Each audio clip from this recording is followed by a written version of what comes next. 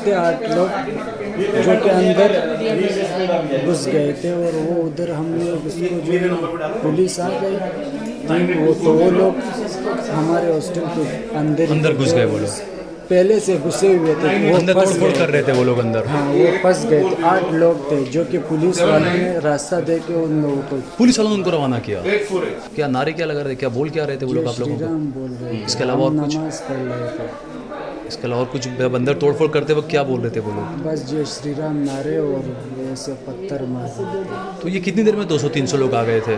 ये आधा घंटा में 200-300 लोग आ गए थे आधे घंटे के अंदर। बी ब्लॉक भी शामिल था उसमें।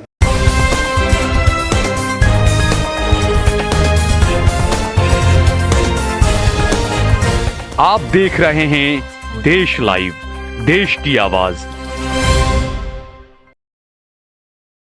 अस्सलाम वालेकुम, आदाब, नमस्कार, सत श्री अकाल। देश लाइव में आपका स्वागत है। मैं हूं सहल कुरैशी। दोस्तों, इस वक्त मैं अहमदाबाद के एसवीपी हॉस्पिटल में मौजूद हूं। यहां पर गुजरात यूनिवर्सिटी एक जो है वहां पर 10 फॉरेनर छात्र थे जो कि अफगानिस्तान से, उज्बेकिस्तान से, श्रीलंका से, अलग अलग देश के वहां पे छात्र वहां पर पढ़ रहे थे।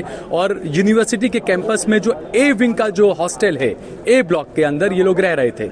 चूंकि रमजान चल रहा है, तरावी का वक्त था, ये जो लड़के थे ये अपने ही हॉस्टल में, अपने ही रूम में वहां पर नमाज पढ़ रहे थे, तरावी पढ़ रहे थे।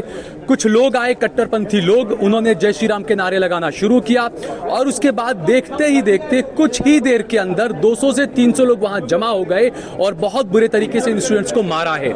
यहाँ पर काफी लोग आए हैं, यहाँ पर अलग अलग जो यहाँ के कांग्रेस के विधायक इमरान खेड़ावाला साहब हैं, पूर्व विधायक गयासुद्दीन शेख साहब हैं, AIMIM के और SDPI के, और तमाम लोग यहाँ पर मौजूद हैं।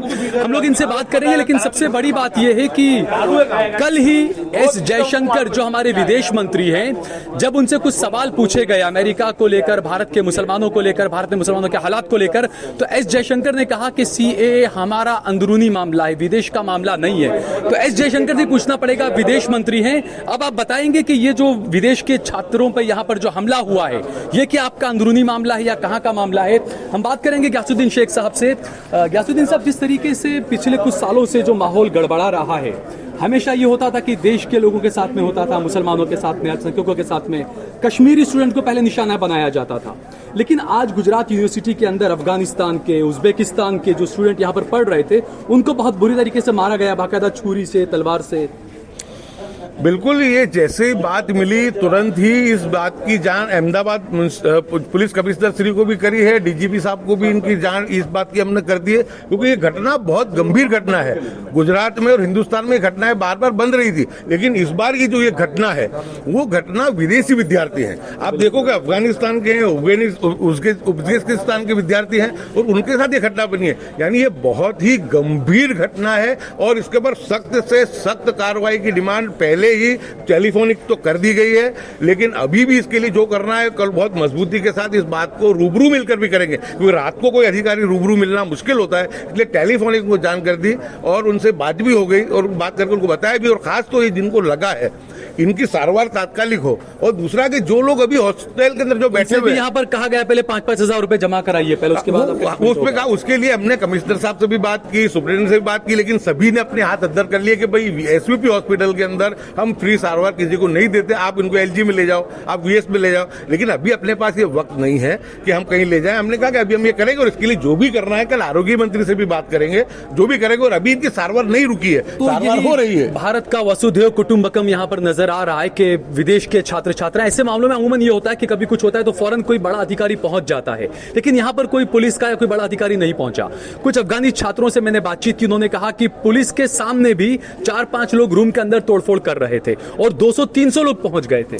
ये घटना आप देख रहे हैं कि बार बार ये घटनाएं बन रही हैं, लेकिन इन बच्चों विद्यार्थी हैं उनकी एक बहुत अच्छी बात उन्होंने ये कि उन्होंने इसको FB लाइव किया है, उसमें पूरा का पूरा रिकॉर्ड आ गया, जो लोग हमला उसमें कर रहे हैं।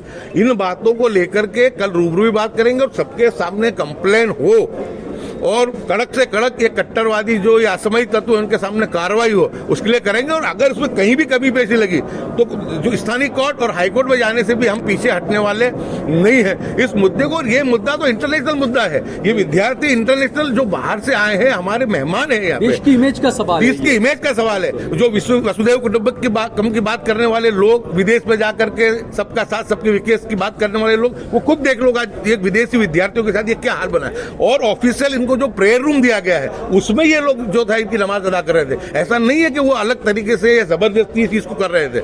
इसके लिए जो भी कार्रवाई करनी है वो तमाम अभी से हमारी प्रोसेस हम लोग कर ही रहे हैं। जितना हो सकेगा रात को करवाएंगे और बाकी का जो रहता है तो इसका पीछा छोड़ने वाले नहीं है। मजबूती के साथ ये असामाजिक तत्वों, ये गुंडों, इन रूखों को इनके सामने कार्रवाई हो, उसके लिए हम पूरे समाज के और तमाम लोगों को साथ में लेके, इसमें किसी जगह पे किसी मामले के अंदर ये कोई पर्सनल मामला नहीं है, पूरे समाज के सामने की बात है, ये इंसानियत के सामने की बात है। इसके लिए सब मिलकर के पक्षा पक्षी और हर चीज को बाजू में रख के इसके लिए जो लड़ाई है उस लड़ाई को लड़ेंगे। और इंशाल्लाह जो विदेशी लोग हैं, जो हमारे मेहमान हैं, इनको इंसाफ दिलाने की पूरी पुरजोश हर तरीके से कोशिश होगी। अगर पुलिस इंसाफ नहीं देती है तो हाईकोर्ट में भी हम लोग जाने से कतराने वाले नहीं है, वहां पर भी हम जाएंगे। क्योंकि सब कुछ इन लड़कों ने, एक बहुत अच्छा पढ़े लिखे बच्चे थे, तो इन्होंने सबसे बेहतर ये काम किया कि कायदे कानून को अपने हाथों में नहीं लिया। जब को इन्होंने FB लाइव किया है, उन्होंने टोटल उसमें रिकॉर्ड हो गया है कि पुलिस किस तरीके से आई, पुलिस किस तरह खड़ी थी, उसके सामने भी किस तरीके से हुआ। यानी बहुत गंभीर घटना है। लेकिन इस मामले के अंदर थोड़ा सा हर चीज के लिए थोड़ा सा वक्त लगता है, तो करते हैं। लेकिन इंशाल्लाह इतनी उम्मीद जरूर है कि इसके अंदर जबरदस्त तरीके से इनको इंसाफ दिलाने की पूरी कोशिश हम करेंगे। कांग्रेस के जमालपुर के विधायक इमरान खेड़ावाला साहब हमारे साथ मौजूद हैं। इमरान साहब, जिस तरीके से जो घटना आज घटी है, क्योंकि इसको एक मामूली घटना नहीं माना जाना चाहिए, ये कहीं ना कहीं देश पर एक बड़ा कलंक है कि 10 विदेशी छात्रों को नमाज पढ़ते हुए इस तरीके से पीटा गया, चाकू से, तलवार से उन पर हमला किया गया। आज गुजरात यूनिवर्सिटी कैंपस के अंदर जो बनाव बना है, खास करके आप कहते हैं, मैं उसको बहुत ही दुखद घटना समझता हूं कि ऐसी घटना जब गुजरात के अंदर बनती है तो सबका, मैं समझता हूं 6.5 करोड़ गुजराती हमारे, उनके भी दिल के अंदर कभी कभी ये बात तो होगी कि जो स्टूडेंट है यहाँ पढ़ने के लिए आए हैं, उनकी स्टडी के लिए आए हैं, और ख़ास करके श्रीलंका, उज्बेकिस्तान, साउथ अफ्रीका और नाइजीरिया, अलग अलग कंट्रीज से यहाँ आए हुए विद्यार्थी हैं। आज वो जब यूनिवर्सिटी कैंपस के अंदर जो गुजरात यूनिवर्सिटी ने जो बनाई हुई जगह, जो प्रेयर रूम था, प्रेयर के लिए बनाई थी, वो जगह पे ये इबादत कर रहे थे। रमज़ान महीना चल रहा है कि हर एक आदमी रमज़ान में रोज़ा रखता है, इबादत करता है, ये भी वो उनकी प्रक्रिया कर रहे थे। ऐसे वक्त के अंदर आजू बाजू और जो जिस तरह से जो कैंपस के बाहर जो रोज़ बैठने वाले लोग, उनको पता चला, वो काफ़ी 50-60 का पहले टोला अंदर आया। उन्होंने वो जो स्टूडेंट थे उनको पहले पकड़े, उनको आजू बाजू से घेर लिया।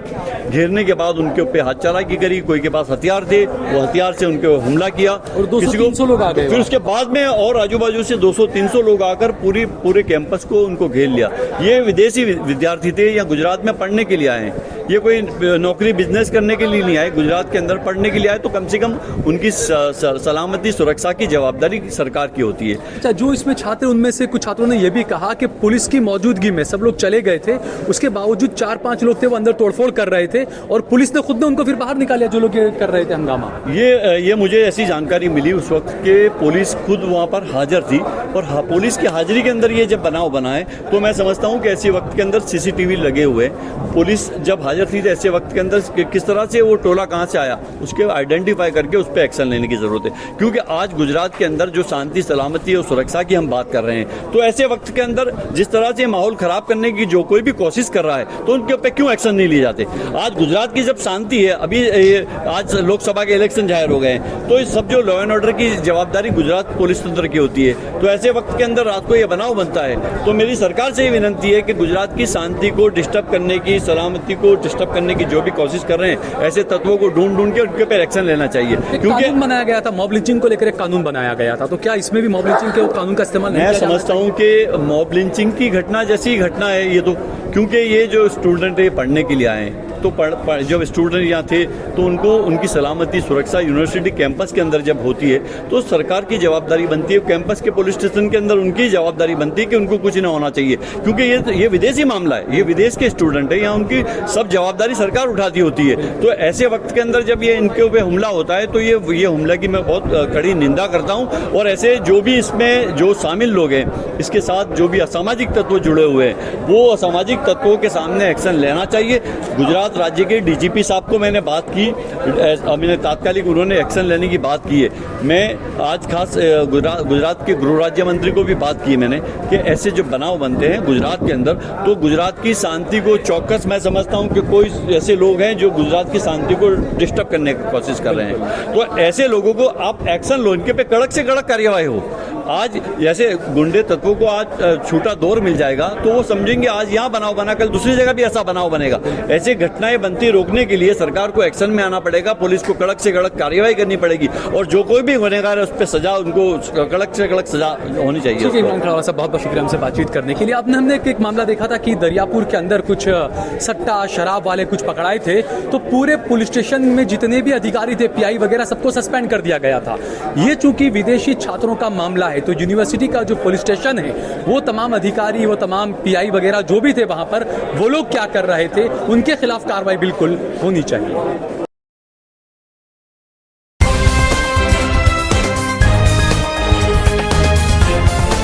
देश और दुनिया की तमाम छोटी और बड़ी खबरों के लिए हमारे चैनल को सब्सक्राइब करना न भूलें और बेल का बटन जरूर दबाएं।